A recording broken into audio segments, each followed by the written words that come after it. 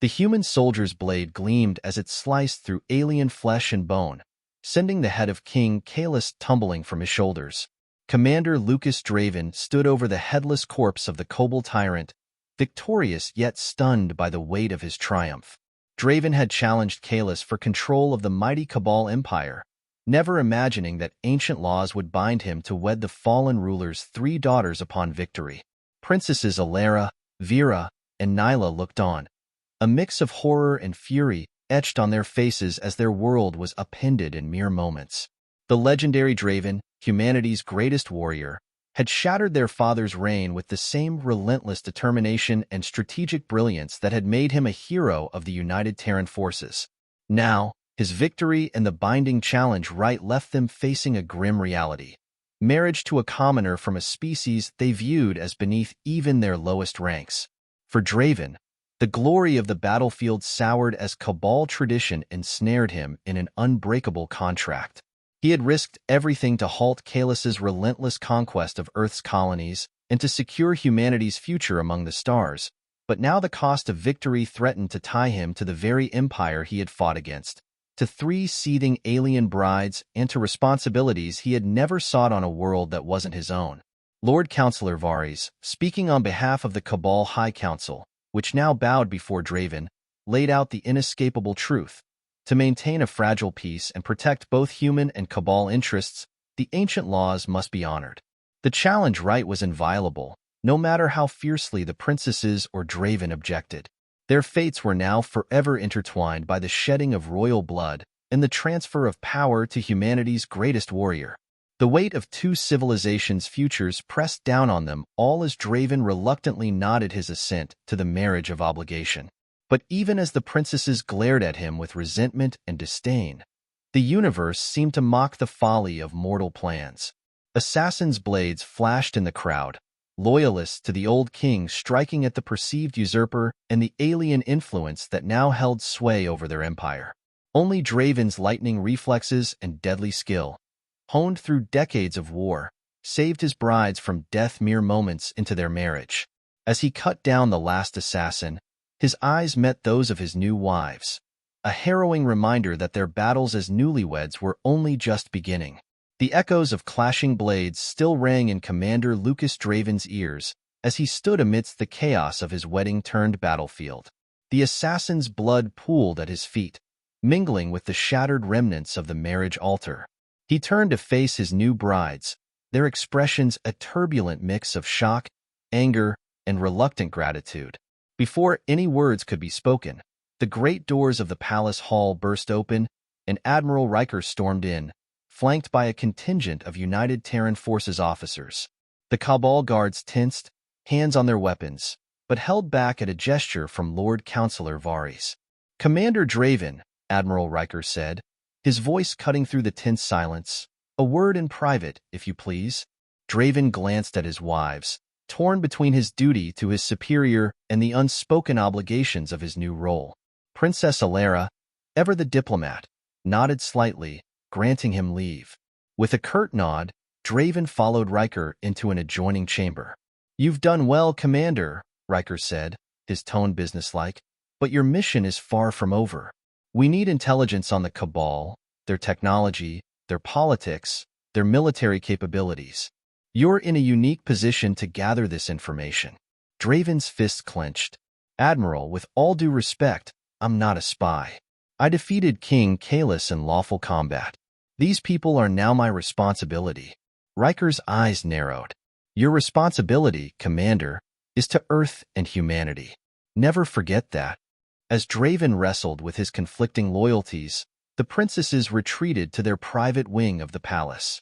Princess Vira paced like a caged tigress, her hand never far from her sword hilt. "We should find a way to rid ourselves of this human interloper," she snarled. "He has brought nothing but dishonor to our family." Princess Elara sighed, her voice weary but firm. "We must make the best of this situation, sister, for the good of our people. We cannot afford another war." Princess Nyla, her eyes bright with curiosity, chimed in. "Perhaps we should seek to understand our new husband before passing judgment. There is much we could learn from humanity." In the days that followed, Draven attempted to bridge the vast cultural divide between himself and his wives. He marveled at the wonders of Cabal technology, from the soaring spires of their cities to the sleek lines of their starships. The princesses, in turn, caught glimpses of the courage and honor that had made Draven a legend among his people. But misunderstandings were inevitable. A gift of earth flowers, meant as a gesture of goodwill, caused consternation when the bloom's pollen triggered allergic reactions in the Cabal staff. An attempt by Draven to cook a traditional human meal nearly set the palace on fire. As the smoke from Draven's cooking disaster cleared, the tension between the newlyweds reached a boiling point. Princess Vira, her patience long gone, confronted Draven in the grand hall of the palace. "You may have conquered our father," she hissed, her voice low but filled with venom, "but do not think for a moment that you have conquered us." Draven met her glare with a calm, steely resolve. "I don't seek to conquer you, Vira. I'm trying to find a way for us to coexist. We're bound by your laws, like it or not, and I refuse to let this situation devolve into further conflict." Princess Elara, who had been watching from the shadows, stepped forward, her expression unreadable. "Vira, enough. We've been through this already. Fighting him now will only weaken our position. Our people need stability, not more bloodshed." Nyla, who had been quietly observing, finally spoke. "Perhaps we should focus on what's important, preserving what's left of our empire and finding a way to work together. Draven has proven his strength, but strength alone isn't enough to rule." Draven nodded, appreciating Nyla's pragmatic approach. "Your sister is right. I didn't ask for this, but we can't change what's happened. We need to move forward, not just for ourselves, but for both our peoples." Reluctantly, Vira backed down, but the fire in her eyes didn't fade. She would tolerate Draven, but she wouldn't accept him as her equal. Not yet. In the days that followed, Draven found himself thrust into a whirlwind of Cabal politics. The High Council, wary of his human origins yet bound by tradition, tested him at every turn. They subjected him to endless meetings and discussions, probing his knowledge and intentions. Draven quickly realized that ruling the Cabal Empire required more than just martial prowess. It demanded political acumen and an understanding of the intricate web of alliances and rivalries that held the empire together. His brides, each in their own way, began to play a more active role in this complex dance. Elara, the diplomat, advised him on the subtleties of Cabal diplomacy. She taught him how to navigate the unspoken rules and customs that governed interactions among the nobility. Draven found her guidance invaluable, though their relationship remained formal and distant. Nyla, ever curious, helped him understand Cabal technology. She showed him the inner workings of their advanced starships and the secrets of their energy sources. Draven marveled at the Cabal's scientific achievements, recognizing that their technology could be a boon to humanity if he could find a way to bridge the gap between their civilizations. Vira, on the other hand, remained aloof. She spent her days training in the palace's combat arenas, honing her skills and challenging anyone who dared to face her. Draven knew she was testing him, waiting for the moment he would falter so she could reclaim what she believed was rightfully hers. As Draven worked to gain the trust of his new people, an unexpected alliance began to form. Lord Councillor Varys, once a staunch traditionalist, started to see the value in Draven's leadership. The human commander's unconventional approach, combined with his unyielding determination, impressed the seasoned politician. Varys quietly began to support Draven's efforts to bring about a new era of cooperation between the Cabal and humanity. But not everyone was willing to accept the new order. Loyalists to the late King Kaelus, furious at the loss of their ruler and the rise of a human to the throne, began to plot in the shadows. Rumors of rebellion spread through the empire, and whispers of a coup reached Draven's ears. He knew that his position was far from secure, and that his marriage to the princesses was as much a political maneuver as it was a binding contract.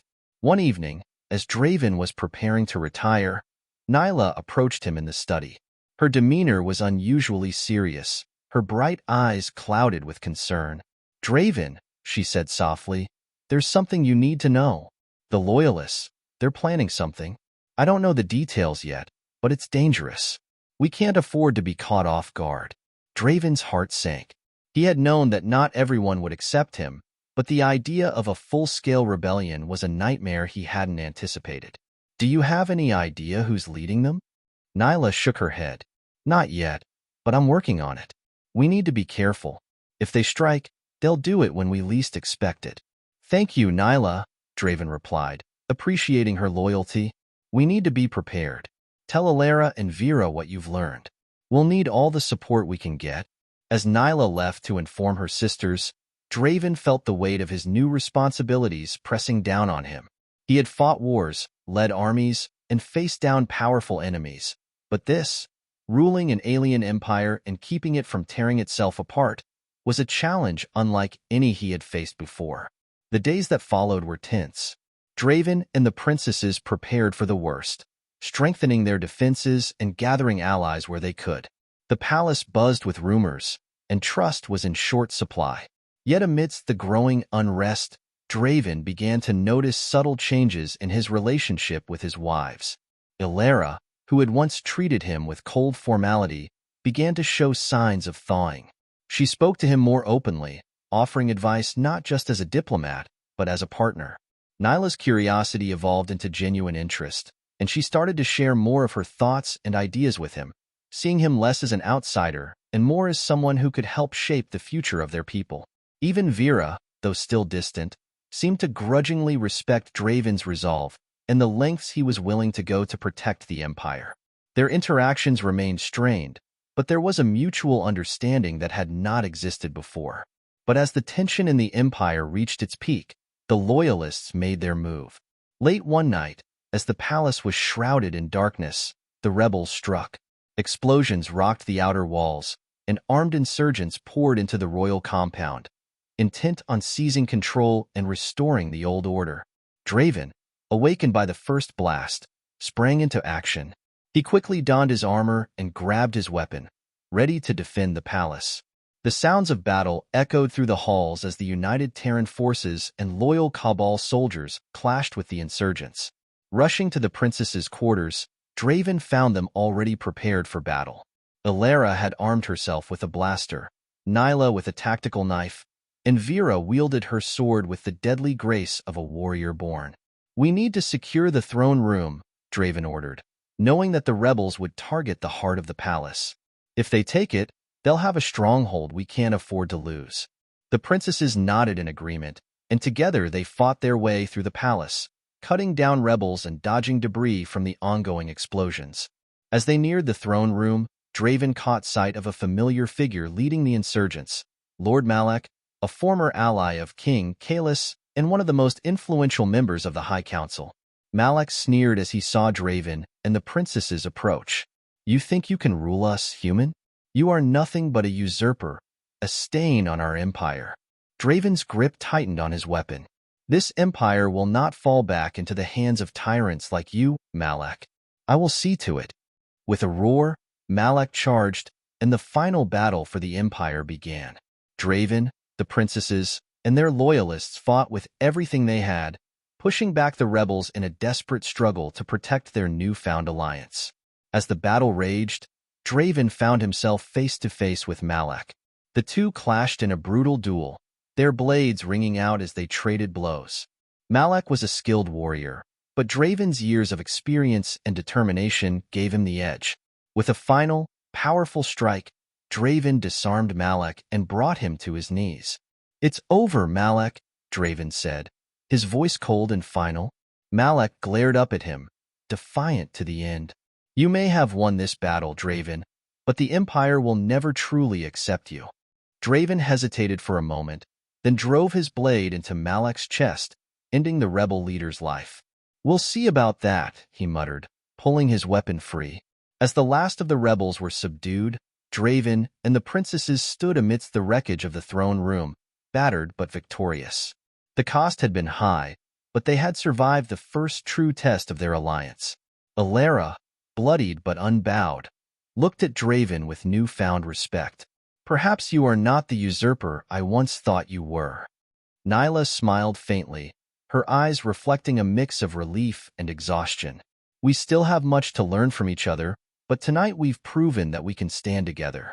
Vira, though still wary, gave Draven a curt nod. "You fought well for a human." Draven, breathing heavily, nodded in return. "This is just the beginning. If we are to build a future for our people, we must do it together. There will be more challenges, but I believe we can face them." As they stood there, united in purpose if not yet in heart, the first rays of dawn began to filter through the shattered windows of the throne room. The new day brought with it the promise of a fragile peace and the hope that, despite their differences, they could forge a future that would honor both their peoples. But as the light grew brighter, so too did the shadows of the unknown. The road ahead was fraught with danger, and Draven knew that the Empire's true test was yet to come.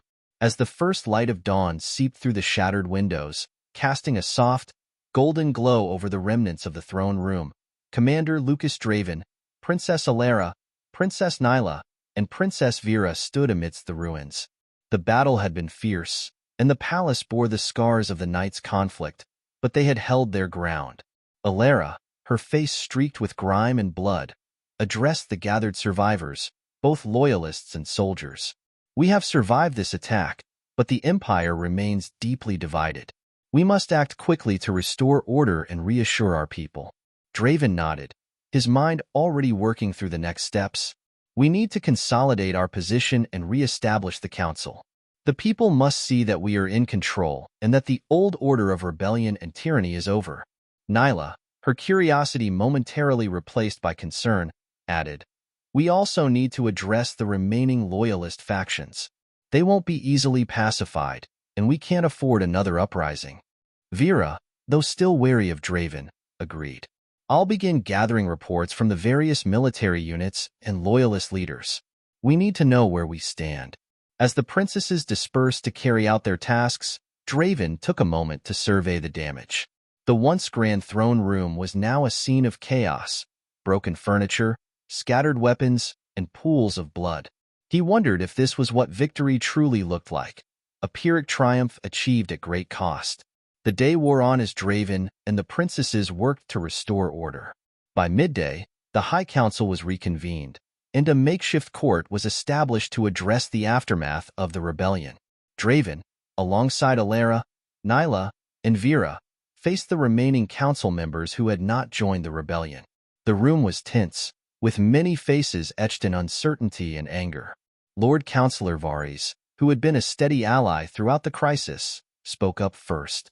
"We have weathered the storm, but the winds of change will not cease. Commander Draven, your victory over King Kaelus has brought you both power and controversy. You must prove that you can lead us not only with strength, but with wisdom." Draven met Varys gaze. "I understand the weight of my position. I didn't seek this role, but I will do everything in my power to ensure the future of the Cabal Empire and humanity is secured. I will work to bridge the gaps between our peoples and ensure that such upheaval does not occur again." The council members nodded, though their expressions remained guarded. There was a clear understanding that trust had to be earned, not merely granted. In the weeks that followed, Draven worked tirelessly to stabilize the Empire. The immediate threats had been quelled, but the process of healing and rebuilding was just beginning. He implemented reforms to address the grievances that had fueled the rebellion, attempting to create a more equitable system that would benefit all, not just the elite.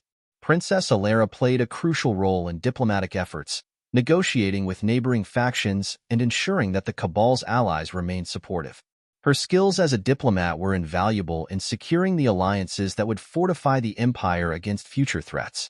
Princess Nyla, with her keen intellect and technological expertise, began modernizing the Empire's infrastructure. She worked to integrate Cabal and human technologies, envisioning a future where both civilizations could thrive through collaboration.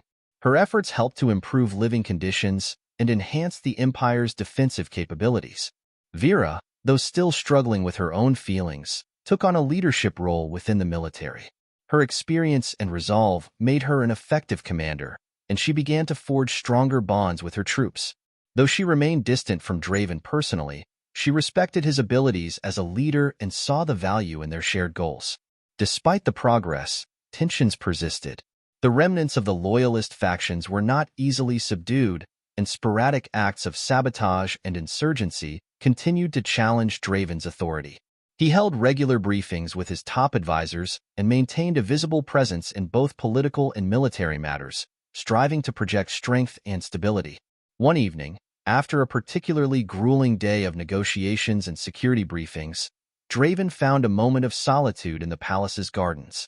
The serene environment, with its carefully tended flora and tranquil fountains, was a stark contrast to the chaos that had enveloped the Empire. He took a deep breath, trying to clear his mind. Princess Elara, having sensed his need for a break from the relentless pressure, joined him in the gardens. "You look exhausted, Draven." He gave her a tired smile. "It's been a challenging few weeks. I'm trying to balance everything, but it feels like there's always something more to address." Elara sat beside him on a stone bench. "You're doing more than just managing a crisis. You're trying to reshape an entire empire. It's a monumental task, and I know it's not easy." Draven nodded, appreciating her support. "Thank you, Elara. I know we've had our differences, but your guidance has been invaluable." She offered a faint smile. "And yours has been as well. We're all in this together, whether we like it or not." Their conversation was interrupted by a sudden commotion near the palace gates. Draven's instincts kicked in, and he immediately stood up, heading towards the source of the disturbance. Elara followed, her expression one of concern. As they arrived at the gates, they found a small group of rebels attempting to breach the palace. Draven and the palace guards quickly engaged the intruders, subduing them before they could cause significant harm. It was a reminder that, despite the progress they had made, the Empire was still fraught with danger. After the skirmish, Draven returned to the gardens with Elara. They resumed their seats, but the peaceful atmosphere had been shattered. "This battle will not be our last," Draven said, his voice heavy with resolve. "But we must remain vigilant and united. Only then can we hope to build the future we envision." Elara nodded. "Agreed. We have a long road ahead, but together, we can face whatever comes." As night fell, the palace once again settled into a cautious calm. Draven and Elara stood together, looking out over the gardens. Despite the challenges that lay ahead, there was a sense of cautious optimism. They were forging a new path for both the Cabal and humanity, and while the journey would be fraught with difficulties, there was hope that they could overcome them and create a future of collaboration and mutual respect. In the weeks and months that followed, the Empire began to stabilize. Draven, with the support of the princesses and the loyalists, worked tirelessly to ensure that the changes he had promised were implemented effectively. The alliance between the Cabal and humanity was solidified, laying the groundwork for a new era of cooperation. The scars of the recent conflict would not fade quickly, but the hope for a brighter future grew stronger with each passing day. Draven and the princesses continued to navigate the complex landscape of their new reality, their bonds of duty and respect deepening as they faced the trials and triumphs of their shared journey. And so, under the shadow of the great Cabal Empire and the watchful gaze of its new rulers, a fragile peace took root, a peace built on the sacrifices of those who had fought for it and the determination of those who would shape its future.